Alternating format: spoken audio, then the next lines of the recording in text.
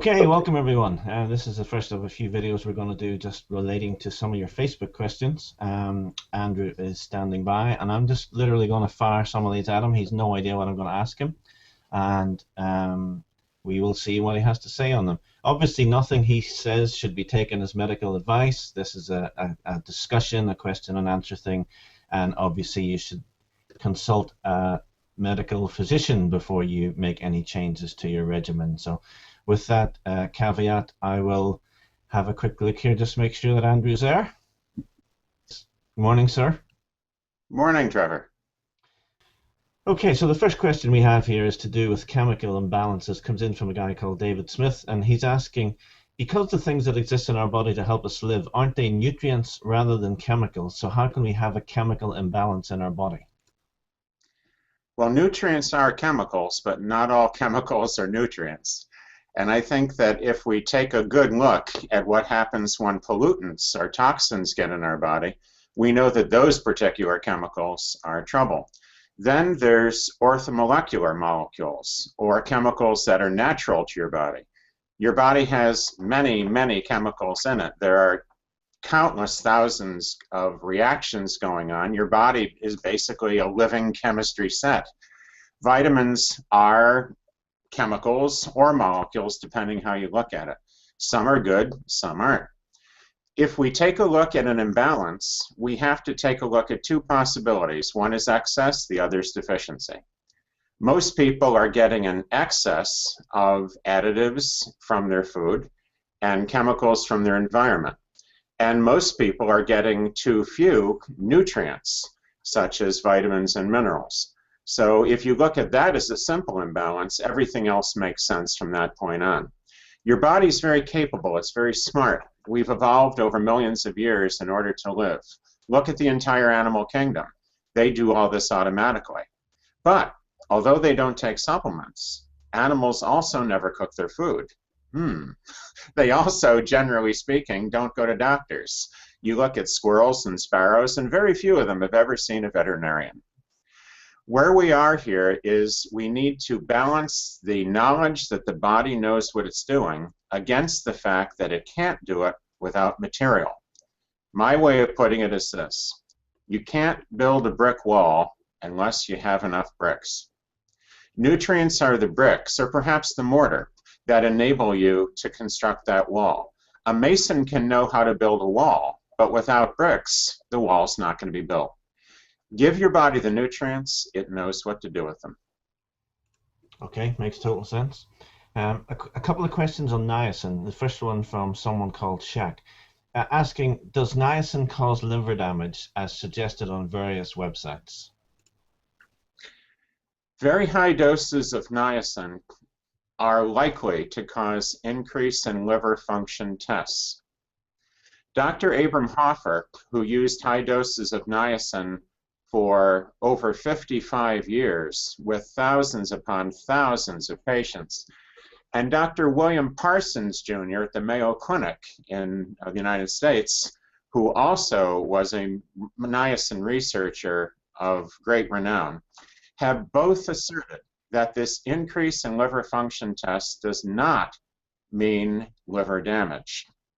You see, an increase in liver function tests sometimes is associated with liver disease. But as Dr. Parsons and Dr. Hoffer point out, when you take more niacin, it is usually a sign of increased liver activity. And increased liver activity does not mean liver pathology. What do? First of all, you take niacin, the type that causes the flush, because there are fewer liver problems with it. Most liver problems with people taking niacin have been people that are taking the proprietary forms of niacin, the sustained release forms that you get from your doctor. If you want to avoid the flush, I would recommend not taking sustained release niacin, but rather taking inositol hexaniacinate. This is a no-flush form of niacin that's over the counter. Niacinamide will work well for mental disorders that are being treated with niacin, but cardiovascular issues, blood lipids, lowering LDL and raising HDL and lowering triglycerides require niacin, and that means you have to get used to the flush. There's a lot about this in my book, Niacin, the Real Story, which was co-authored with Dr. Hoffer. Another situation where people can run into trouble with niacin is if they have a history of heavy alcohol use. When the liver has been dealing with detoxification of alcohol, and that's one of the many things the liver does, taking a lot of niacin can cause a little more trouble. So people that have used a lot of alcohol need to really be sure that as their niacin level goes up, that they work with their doctor and get blood tests. Most people that take moderate amounts of niacin, a few thousand milligrams a day, will have no significant change in their liver function tests.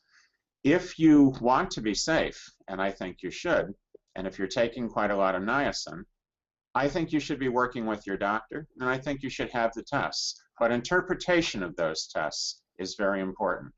Dr. Parsons said, you have to understand niacin in order to use it.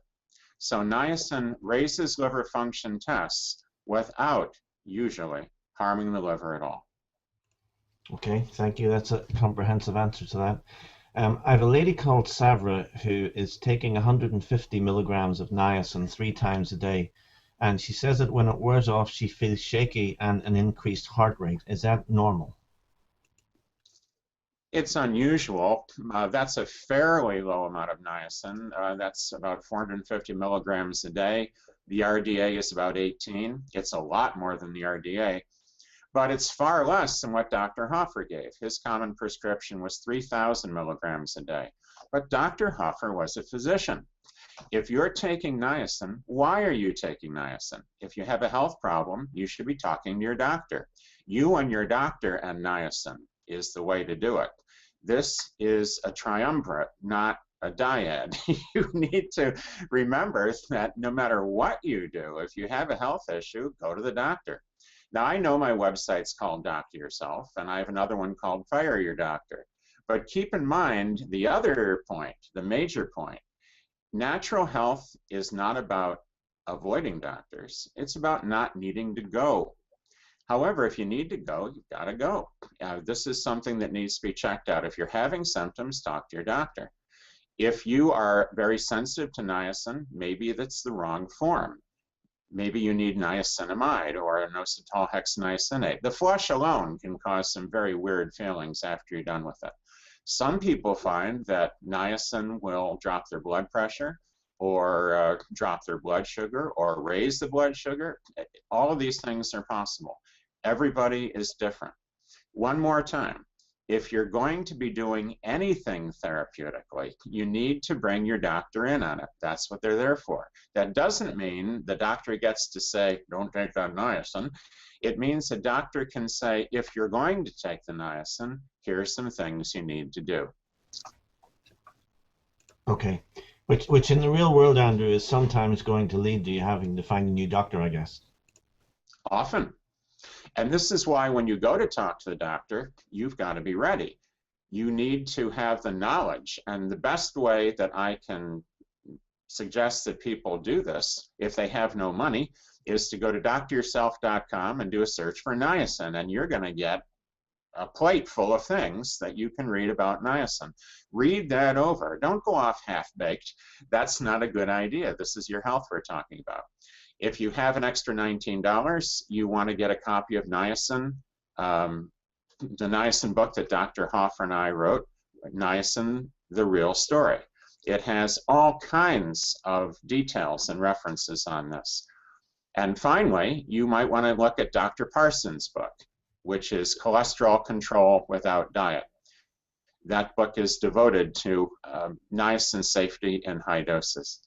Niacin is a remarkably safe nutrient, but all nutrients are going to have varying effects depending who you are and what your situation is. When's the last time you went to a store that said, we sell one-size-fits-all shoes?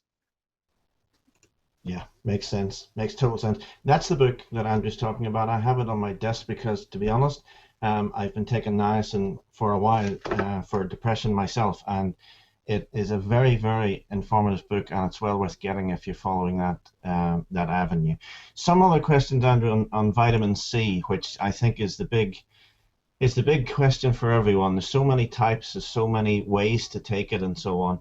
Can you give us, I mean, there's a guy asking about taking, he's obviously taking the fizzy kind, which has aspartame in there, which is a no-no for a lot of people. Can you give us a quick rundown on the overall thinking of how to take vitamin C, how not to take it, and so on? Yes. First of all, with any product, no matter what it is, whether it's sold in a health food store or a supermarket or a big box discount store, read the label. Always read the label, and read the little label on the side. Find out what's in that tablet. You'd be surprised how many people say this. Oh, I took that vitamin C, but it fill in the blank. Blah, blah, blah, blah, blah, blah, blah, blah, caused this and that. Often it's the excipients or the binders, the fillers in the tablet or capsule. You'd be surprised how often that's the case. So often that Linus Pauling recommended take vitamin C pure crystals. Vitamin C powder or crystals can be put in tasty juice. I like pineapple juice, but grape juice or orange juice work just fine. Vitamin C crystals are cheap. They're available on the internet. No, I don't sell them. No, I don't recommend where you can buy them. That's what Google searches are for. Vitamin C crystals have the advantage of giving you the sense that you're not taking pills all the time. It's easier to perhaps have a little bit of liquid and throw in the C. A quarter teaspoon of pure crystal in vitamin C is 1,000 milligrams. That's a quarter teaspoon. That's a very small amount. It'll slightly acidify the juice very slightly and make it taste a little bit more like lemonade. People that are sick can take huge amounts of vitamin C as powder in juice. I do it myself. Any kind of vitamin C is fine with me. Whatever agrees with you, whatever works, whatever you'll take enough of. It's about dose, not form. Almost everybody gets annoyed with me when I say this, but vitamin C is levoascorbic acid. It just is. The active part of that is the ascorbate molecule, the ascorbate ion. And you can get that from calcium ascorbate or ascorbic acid or sodium ascorbate or any of the other forms of vitamin C. But it all comes down to ascorbate. That's the business end of the molecule. Any kind of C that agrees with you, you should take. Example, if you have a really sensitive stomach or you're taking a lot, you might want to take the buffered forms of vitamin C. There are many. You can buy vitamin C ascorbic acid in a calcium complex or other buffer, or you can get calcium ascorbate. You can get vitamin C palmitate. There's liposomal vitamin C. Again, it doesn't matter to me what kind you take. It matters that you take enough of the kind that your body responds to. Do what works. Okay, makes total sense. We're going to leave it there for the Facebook questions, so thank you for joining us for those. We're going to do this on a reasonably regular basis, and make sure you join our email list, which you can get at andrewsaul.com, because that's how we let you know when a new video has been released. So thank you for being with us, and we'll speak to you again soon. Thank you.